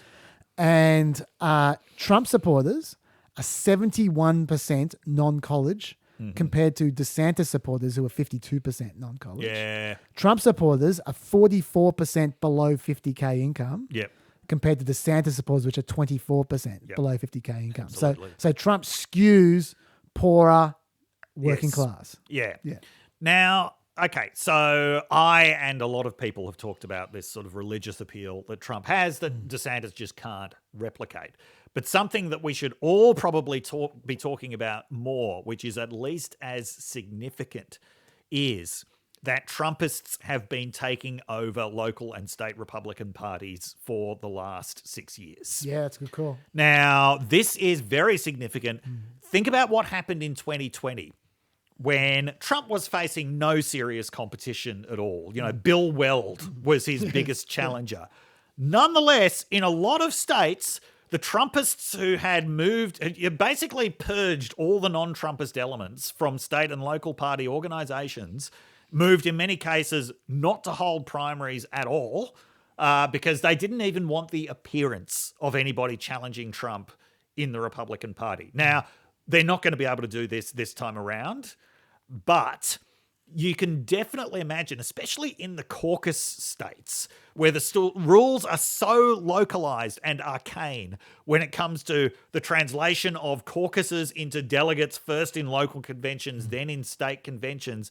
You might remember a few years ago that a lot of Ron Paul supporters managed to take over local party machineries in ways that massively boosted Ron Paul early on in the caucuses at the expense of Rick Santorum, hilariously. And yeah, when it comes to things like eligibility, the translation of caucuses and primary votes into delegates, it is up to the parties themselves to decide whether they're going to go winner take all or proportional. I could easily imagine a situation where Trumpists who are in charge of the machinery say, okay, this is now a winner take all state. Yeah. Or this is now a proportional state, depending on the circumstances. That sort of stuff is going to be pretty difficult for DeSantis to overcome. The caveat on that, though, is when I say Trumpists have overtaken the Republican Party over the last 6 years, that was a dynamic of, the Trumpists smashing the traditional Republicans or whatever. A lot of those Trumpists, though, could potentially turn into DeSantisites. Totally. That is possible. So maybe his grip on the party isn't as strong as it looks, but it is just well worth keeping in mind that when you see these polls showing DeSantis a little bit ahead of Trump, that is because of how many Rube Goldberg machines votes and caucuses actually go through before they translate into delegates finally at a national convention. It's just no guarantee that, just because you have more support, you're going to win. And certainly there are a lot of Trump loyalists in a lot of very important local and state positions. Steve Bannon called it the precinct strategy. It's, a lot of people have followed it. So that's a huge advantage that Trump has that people like me need to talk about a lot more rather than just the sort of comparative appeals of both candidates. Look, I think that's a really, really good point. I haven't thought of that before, and I haven't heard anyone else say that. So that's a good one. That's a PEP original for you there. Okay, a few things which I'll throw into the mix here on these questions of Trump versus DeSantis. Yes. They've got very different styles, which I think will be interesting, which is, you've already mentioned, DeSantis is very, very fond of the culture war. Yep. That is, like, he's basically, he's very different to Trump in a number of ways. Number one, he prides himself on being a competent manager. Yes. But on top of that, he's ambivalent between being a technocrat and being a culture warrior. Yes. Which they don't normally go together. No. Although they do with Orban. Yeah, they absolutely Which is do. why Yes. Rodrea, things like that. Oh, yes. But anyway, but Trump, ironically, people think of him as a culture warrior, but he tends to follow the culture war. Yes, he does. Rather than lead Absolutely. it. Whereas Ron DeSantis leads it. Yeah. And so, and I suspect that what's going to happen is that Trump will be a few steps behind Ron DeSantis on the issue of the day. Yeah. Like Ron DeSantis will be, like I said, I bet transgender is a big, for instance, I'll even tell you what the particular aspect of it is. I can just see it coming a mile away. Yeah. It's going to be banning children from being able to get gender reassignment surgeries. Right. Either without their parents' permission or at all, because in California, New York, they can get it without their parents' permission. Yeah. But I think he'll go for at all, and that's going to be a big culture war issue, I bet. And he'll lead with that, and then Trump, a couple of weeks later, will be using the same talking points that Ron DeSantis was using weeks before. Yeah. So that's an advantage that Ron DeSantis has because Republicans love the culture war, right? Yep. Secondly, Donald Trump likes to talk about greatness. Yes. That's his thing. If you look at his speech, greatness, greatness, greatness, strength, Yes. Yep. yeah, power, prestige, all this kind of shit. Yep. Ron DeSantis never talks about that. He talks about freedom. Freedom this, the free state of Florida. Freedom, freedom, freedom. Yep. Republicans were all about freedom before Donald Trump came along. Yes. And so that they would probably be receptive to that message. So now it's going to be interesting to see a playoff of between Ron DeSantis trying to bring him back to the old classics. Yes. Yeah. versus the new. They've got to locate the Tea Party on the old hard drive. That's right. That's right. But yeah, that will be a thing. Yep.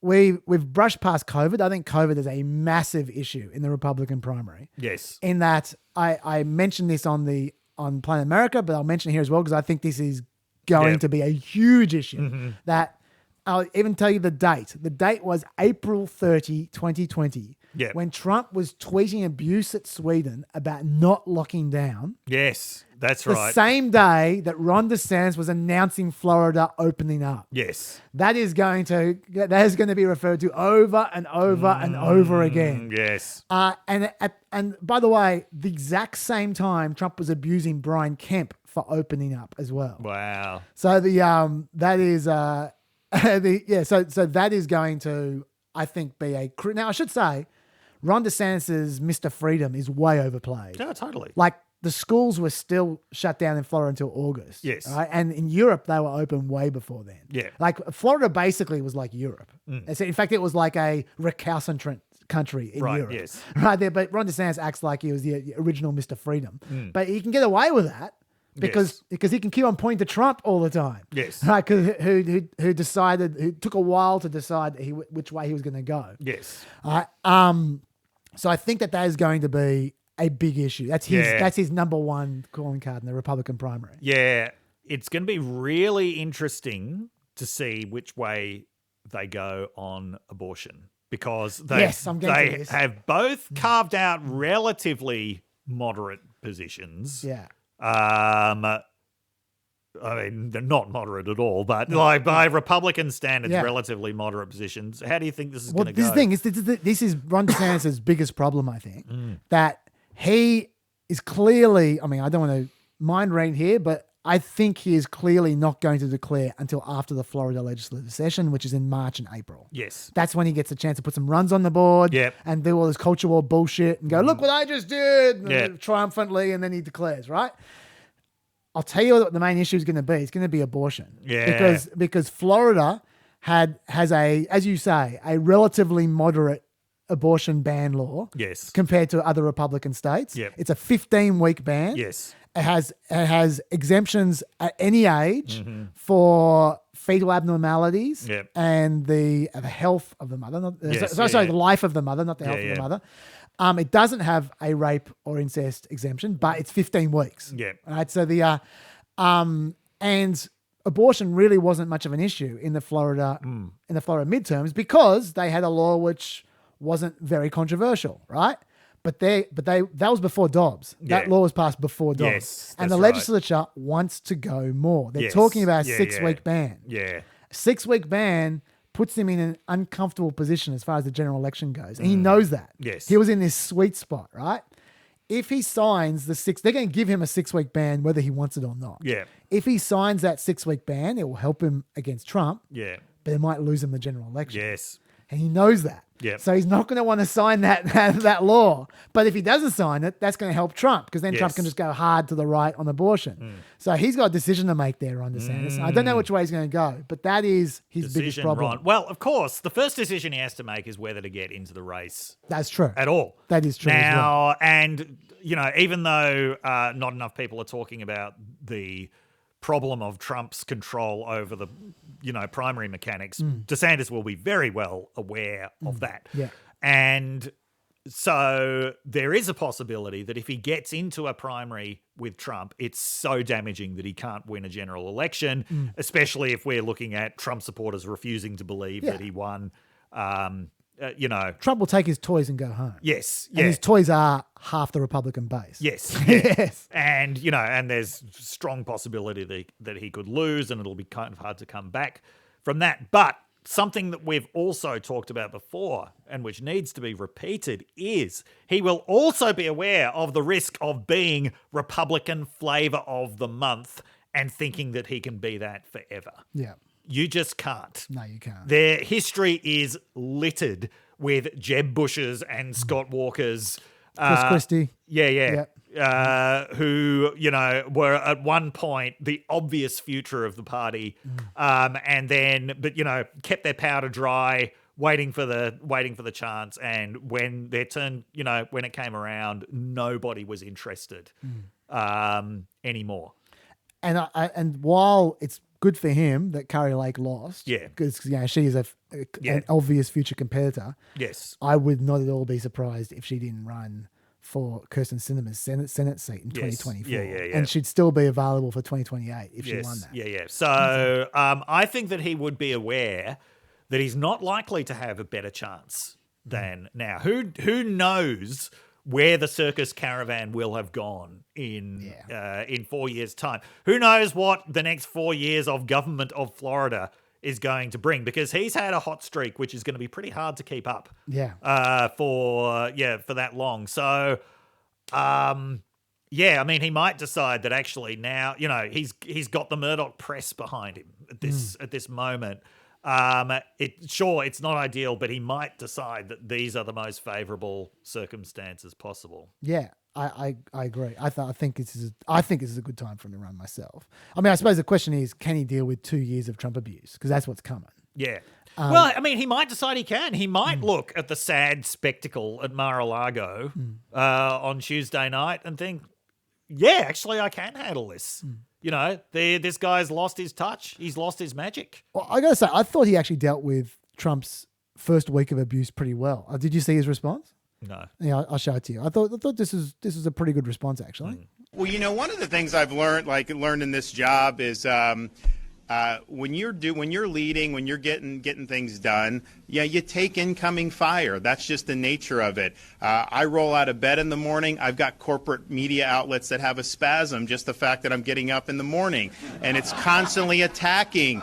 And this is just what's happened. I don't think any governor got attacked more, particularly by corporate media, than me over my 4-year term. And yet, I think what you learn is all that's just noise. And really what matters is, are you leading? Are you getting in front of issues?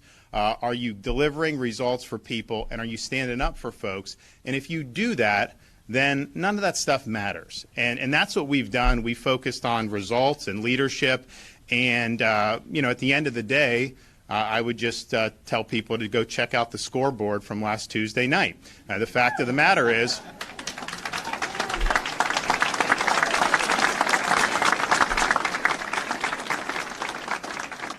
the fact of the matter is, it was the greatest Republican victory in the history of the state of Florida. He's done three things there. First of all, he's defined Trump as being with the media. Yeah, with the corporate media. Yeah, which I thought was an astute thing to do. Yes. The second thing is he contrasted him doing shit. Yes. And Donald Trump talking a lot. Yes. Which I think is another good thing to do. Yes. Thirdly, he did the look at the scoreboard. And the more look at the scoreboard he does, the better off he is. Because Trump is a loser. Yeah. He's a literal loser. And him saying, look at the scoreboard is going to drive Trump insane. Yes. Because that's the one thing that Trump is most neurotic about. And also, yes, it's the one sin you cannot commit as a Republican. Yes. You can do anything but lose. Yes. And the more he implies Trump's a loser, the better off he is. Yeah, and this is another key point. There was never any Republican introspection or reevaluation or reflection about 2020 because everybody was refusing to publicly contradict Trump's claim that he had actually won in 2020. It is kind of amazing. And I certainly wasn't expecting this. It's like now in 2022, we're actually getting the reflection on why did we lose, right? We're actually, even though they didn't lose in 2022 as much as they did in 2020, we're now getting we're now actually getting the holy shit, we lost and there's no denying it. And we've got to figure out why. And that hurts Trump. It really does. I mean, the fact is, and this doesn't get talked about enough, Yes. that since 2000, there have been 6 presidential elections. Yes. Right, so 12 candidates. Yes. Right? If you rank them by share of votes cast, Yep. Trump is 10th and 11th out of 12. Yes. Yeah. He has not done well. No. And Ron DeSantis can't say what I just said. Yes. But him just constantly needling him and hinting at it, Yes. I think does the job. And that to me, that speech there is funny because when I played an excerpt of that to John in Planet America in the extra, John did the pretend to fall asleep thing. Yeah. Like he was like, oh, sorry, I woke up. And I was just thinking, okay, yeah, he's not razzmatazz like Trump, but what that shows is, yes, he is rehearsed as all hell. Yes, yeah. But he's clever. Yeah. He knows what he's doing. Yeah, like you can see exactly what he's thought through everything he says. You know, like just and if he can keep that up, I think that could help him a lot personally. Anyway, the other thing I was going to say on this was that I just want to read a quote about the base because I by the way, it might sound like I'm saying Ron DeSantis is going to beat Trump. I actually, if I was taking a bet, and I'm not talking about the 2024 bet. I'm talking about just over the next few months, right? I think Trump's the favorite at this point in time. Yeah. And the reason why is because I think it's going to be almost impossible to detach him from his base. Yes. He speaks to them in a way that, Yep. I'm going to use a Trumpism here, no politician I've ever seen speaks to their base. Yes. Like they really do think of him as one of, and the religious element of it is true as well. I read a tweet from Nicholas Grossman, which I thought was very good. A political party can move on from a leader that loses elections pretty easily. Yes. Moving on from the greatest American ever, the real president, a man anointed by God himself to save the people from the enemies of Christ and the children from a satanic pedophile cult. That's harder. Yes. And it's true. I mean, he's being a smart ass, but it's true. Yes. And so I actually think, I think Ron DeSantis has almost everything going for him, except for the fact that might be an unbreakable connection. Yes. That's the only question for me. Yes. And so we'll find out. Yeah. Yep. Do you have anything else to say about this particular contest? No? Okay. I'm going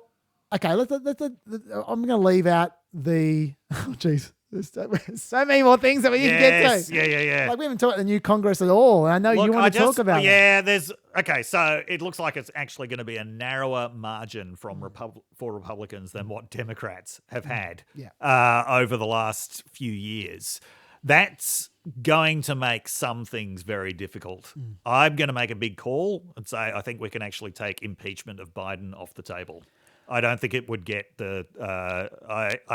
All it takes is a few House Republicans to vote no, and I think that there'll be enough moderates nervous about losing in 2024 that I don't think they're going to do it. Look, I'm not going to take it off the table, that's for sure. But one of the many points which I'll be making next week to Elle Hardy, which I was going to make to you. Look forward to that, Elle. Is that I think the New York moderates are going to be a thing. Yeah, there are at least 3 of them, and possibly more, and that's enough. That's enough. Yeah. And all of them know they are going to get voted out in 2 years. Yes, yeah. Unless they do something eye-catching. Yes. And something eye-catching is not going to be out-maggering the other people. It's going to be being moderate. Yeah. So there is potential. I'm not gonna go all the way to saying like defections. Yeah. But they can certainly put pressure of potential defection. Yes. On the table. And it's now in terms of and pressure, they won't want to impeach in terms Biden. of pressure from the other side. I thought Marjorie Taylor Greene came out surprisingly early in support of Kevin McCarthy. I was going to say this too. But she is going to extract a tremendous price. She has so made a deal. Oh, dear. They have so made a deal. She went harder for Kevin McCarthy than anyone should ever go for Kevin McCarthy. Kevin McCarthy's wife and his mum would not go as hard for Kevin McCarthy as Marjorie Taylor Greene's gone. So I can't wait to see what committee assignments she gets. She is going to be right up there on the oversight committee for sure, which is part of the reason. That's what she wants, which is part of the reason why. I mean, the hearings are going to be an absolute circus. And this is the thing. Even though I don't think we're going to get impeachment, we're going to get a lot of idiotic political theatre, which I don't think is going to help whoever the candidate is in 2024. There's so many subpoenas. Okay. I think there'll be a House Select Committee into China, which will actually mainly be just trying to claim that Democrats are basically the American arm of the Chinese Communist Party. They are making that prediction now. Okay, look, we're hitting 6 p.m., which is when Dave needs to go. I have just a couple more things to say. This is what I was going to say. You have free reign. This is your final of the year. So okay, so the first thing is that Nancy Pelosi has announced that she is not standing for the leadership again. This had actually been flagged in advance, but it is kind of the end of an era. And there were all kinds of tributes flowing in the papers today about her effectiveness as a speaker. Probably the most significant tribute is the fact that actually a few months ago, Newt Gingrich said that she was the most. I think he said she was the most effective speaker he had ever seen in terms of her ability to get things through on very narrow margins. And by the way, she's going to be appreciated more in hindsight when we watch Kevin McCarthy struggle over the next 2 years. Yeah, absolutely. Yes. Now, I have not always been the biggest fan of Pelosi at all. As you know, I was certainly not a fan of her visit to Taiwan, even though I recognize that was something that came out of a position of very deep principle. But you have to acknowledge that her political skill is pretty significant, even if it had dropped off a little bit. I think she deserves credit for counter-whipping Democrats against the Iraq War in the early 2000s. Yeah. And by the way, we have to remember that's the original reason that Republicans hate her.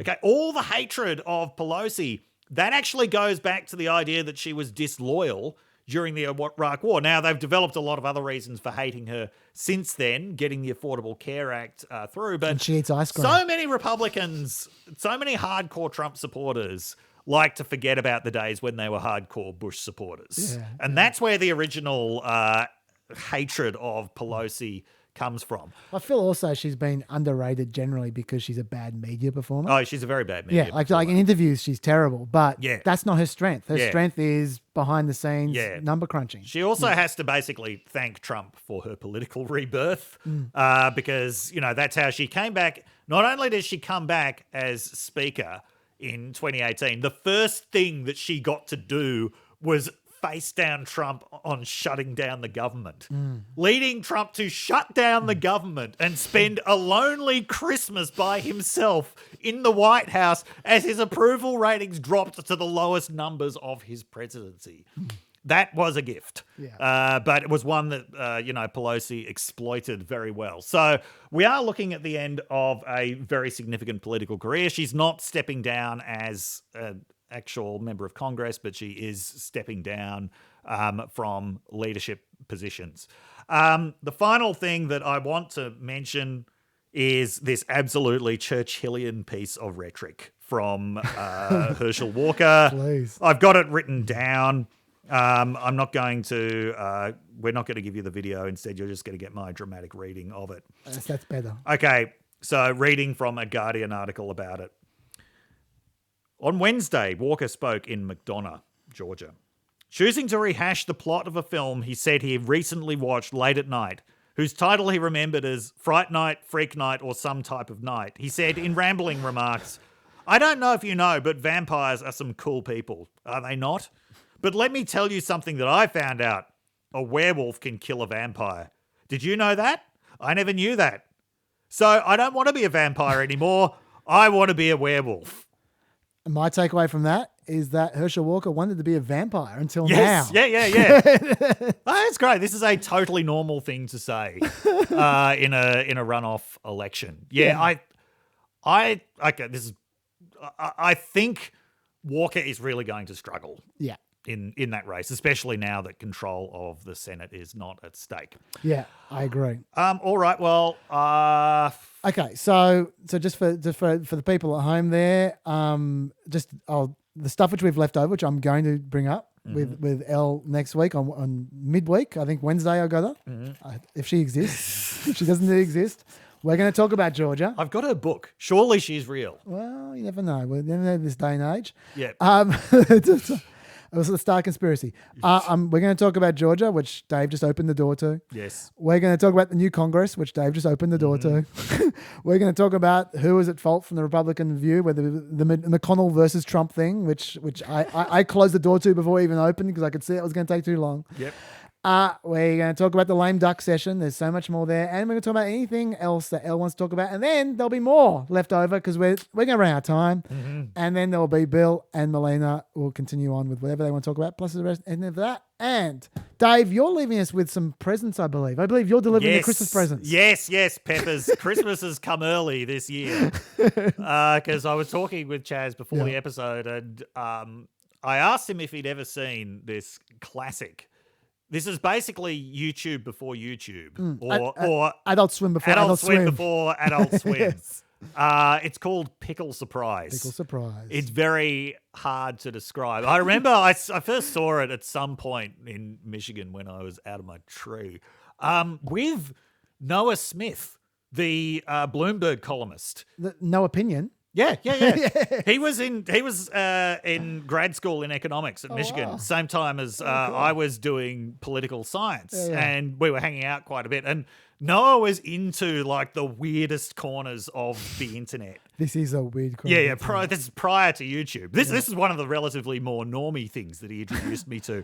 But yeah, this is a very special Christmas present from Pep. Let me just display some terrible craft here by interrupting that perfect throw to just give you my final thought, and then we'll go to the pickle surprise. Pickle surprise. Okay. Yes. Which is just a reminder of something. There was an update on something we talked about, which we all loved. I mean, me and Dr. Dave, I assume you loved it as well. Yeah. A couple of months back. You remember the best judge ever? Middlebrooks, who just smashed the Hillary Clinton conspiracy case trial. If you've forgotten, his judgment, my favorite quote from his judgment was, "What the amended complaint lacks in substance and legal support, it seeks to substitute with length, hyperbole, and the settling of scores and grievances. It is not simply that I find the amended complaint inadequate in any respect, it is inadequate in nearly every respect." That was the original judgment. Awesome. Now, he, this week... Yes. started handing out punishments to the lawyers for how bad the court case was, which I'm loving.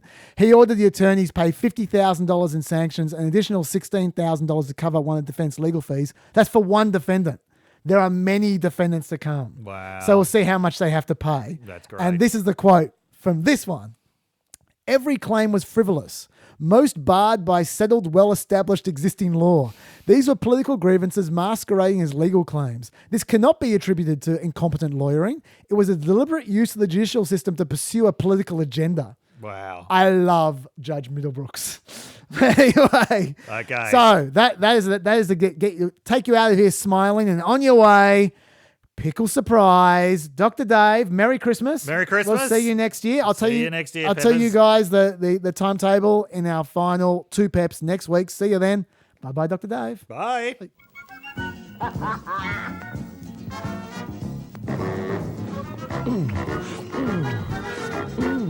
This is tasty. Yeah. What is it? Huh? Shh. It's a surprise. Pickle surprise. Pickle surprise. Take an English muffin. Spread sandwich spread.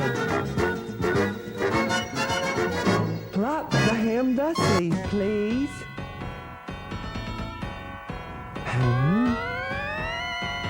Did I say ham? Repeat my mantra. Ham. Ham. Ham.